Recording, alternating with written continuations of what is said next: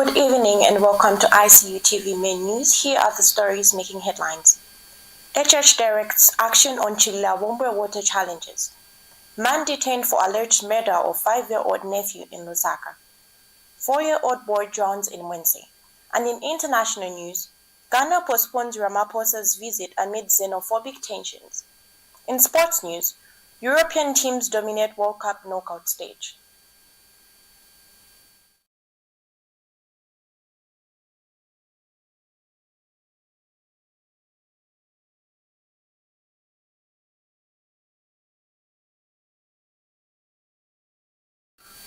With the news in detail, my name is Chipotike Piri.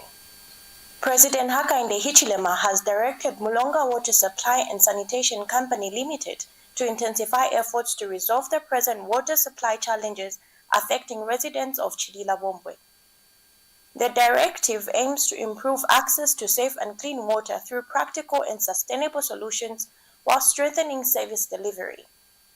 During the engagement with the people of Chililabombwe, President Hichilema stressed the need for reliable water services and improved operational efficiency.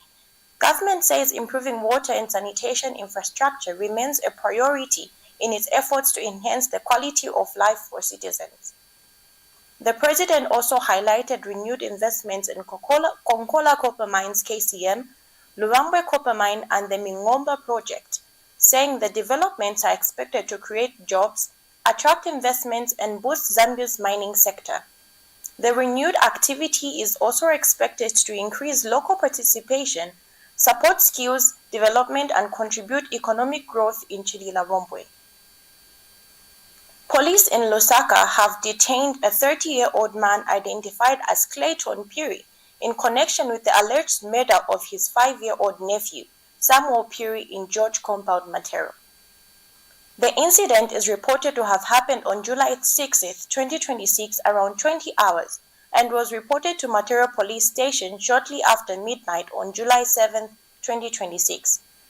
Preliminary investigations indicate that the suspect allegedly strangled the child, leading to fatal injuries. Police say the suspect was restrained by members of the public after a neighbor allegedly found him strangling the child. The child was rushed to George Clinic where he was pronounced dead, while the body has been deposited at the University Teaching Hospital mortuary awaiting a post-mortem examination. Police investigations into the matter are ongoing, with the motive yet to be established. A 4-year-old boy of Mwense district has drowned after falling into a bucket filled with water in Chief Kashiba's area. Luapula Province Police Commissioner Stephen Palata confirmed that the incident happened on Monday around 13 hours while the child's family was attending the burial of a relative. The child is believed to have attempted to fetch water from the bucket before accidentally falling in head first. Police say the boy was later found unresponsive with his head submerged in the bucket. Investigations into the incident have continued. We take our first break. More local stories coming up. The Information and Communications University is driving the thrill for the nation in research and development. Enroll now for full-time and distance programs in the School of Engineering, Humanities, Business and Education.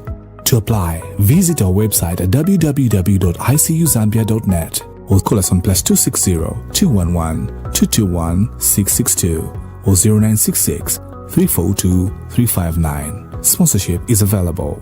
Enroll now. Welcome back. The Electoral Commission of Zambia, ECZ, and the Al Ghurair Printing Company are working towards completing the production, packaging, and transportation of ballot papers to Zambia by July 28, 2026, ahead of the August 13 general elections. ECZ Commissioner Zevianji Sinkala says completing ballot production within the set timeframe is critical to ensuring election preparedness. During a tour of the Dubai printing facility, Al Ghurair General Manager Lakshanan Ganapathy confirmed that serialization of presidential ballot papers has been completed.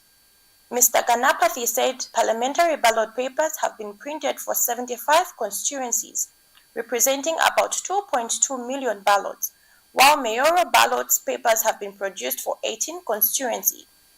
Printing of ward councillor ballot papers is expected to commence this evening. Government says Zambia is making significant progress in agriculture and investment, with local fertilizer production reducing the country's dependence on imports. The development has helped cut an annual fertilizer import bill that previously exceeded $600 million. Locally produced fertilizer is now being exported to Tanzania, Zimbabwe, Malawi, Botswana, and the Democratic Republic of Congo, while Zambia has also achieved seed production self-sufficiency and continues to expand seed exports across Africa. Since 2022, government has signed 19 public-private partnerships (PPP) concession agreements valued at approximately $9.1 billion United States dollars, with most projects now under implementation. The investments are expected to support economic growth, create jobs, and strengthen national development. Zambia's energy sector has recorded significant growth, driven by increased private sector investments and expansion across the liquefied petroleum gas (LPG), renewable energy, and electricity subsectors. The progress is being showcased by the Energy Regulation Board at this year's Zambia's International Trade Fair in Dola. The number of oil marketing companies has increased from 19 in 2006 to 622, while installed electricity generation capacity has grown from 1,914 megawatts to more than 4,100 megawatts. The expansion has strengthened the country's energy infrastructure, created employment opportunities, and improved energy availability. Government says it remains committed to attracting investments, promoting sustainable energy solutions, and ensuring a renewable and affordable energy supply for Zambians. Information and Media Director spokesperson Henry Kapata has more in the video. Energy is more than electricity. It is becoming one of Zambia's fastest growing investment economies. Part of stabilizing the energy sector, and there are already projects that are in the pipeline which are under construction. We are talking of over 600 megawatts currently being under construction, and once that is actualized before the end of the year, we should be hitting the 1,000 megawatts target that has been set from policy pronouncement as a way of moving from the energy crisis to energy security. So that in itself is something that we are taking as a positive stride in terms of ensuring that we do not experience the deficit that we went through, which everybody will be able to relate to, but I think that should be the thing of the past. And all this points to the flexibility that has been created in terms of creating an investment environment. As Zambia hosts this year's Zambia International Trade Fair under the theme Bridging Markets, Building the Future, one sector demonstrates that theme more clearly than almost any other. It is the energy sector. The ERB now, we are looking at it from moving from the energy crisis to energy security. And in moving from the crisis to security, we are looking at the policy interventions that have been made, the policy pronouncements that have come. For example, looking at the installation of 1,000 megawatts of solar. So as a part of the ERB we have to play is we've looked at how we can facilitate investment in terms of how much solar can come on the grid, and in terms of issuance of construction. You are watching ICU TV Main News. We take a short break. International and sports news coming up.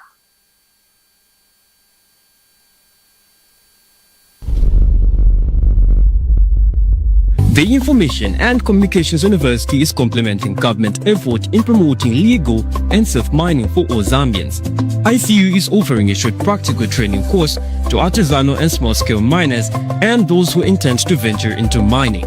This training covers identification of rocks and minerals, mining operations and equipment, health and safety in mining, environmental protection, licensing and compliance. Qualifications: National Registration Card NRC. Apply now at www.icuzambia.net. For more information, contact the ICU School of Mines, Department of Artisanal and Small-Scale Mining at +260 763 302 596 or +260 973 263 492. For analysis of mineral samples, contact the ICU School of Mines Laboratory at +260 973 263 492 or +260 977 833 434.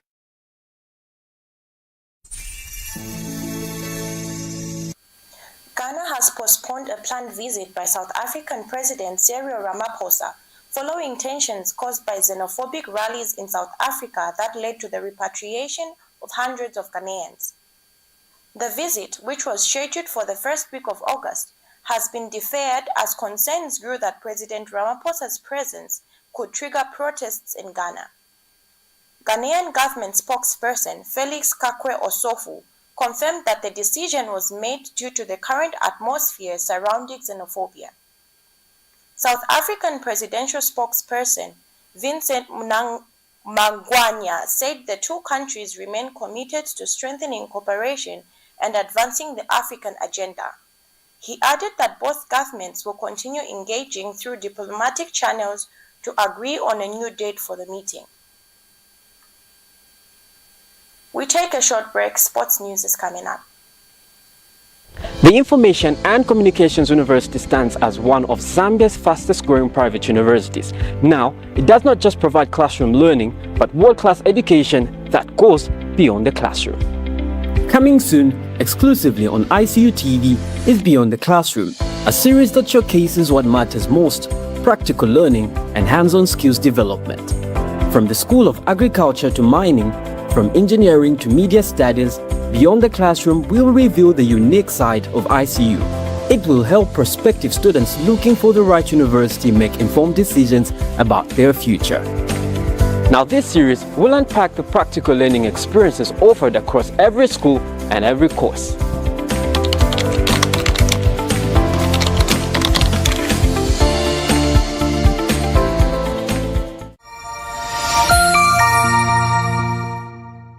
Welcome back.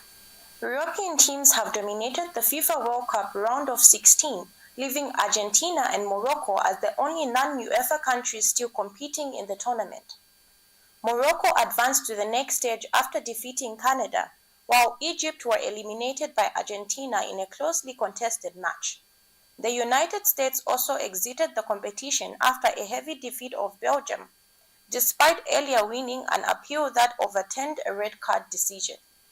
South American teams, Brazil, Colombia, and Paraguay were knocked out after failing to secure progression, while Portugal became the only European side to be eliminated after losing to Spain.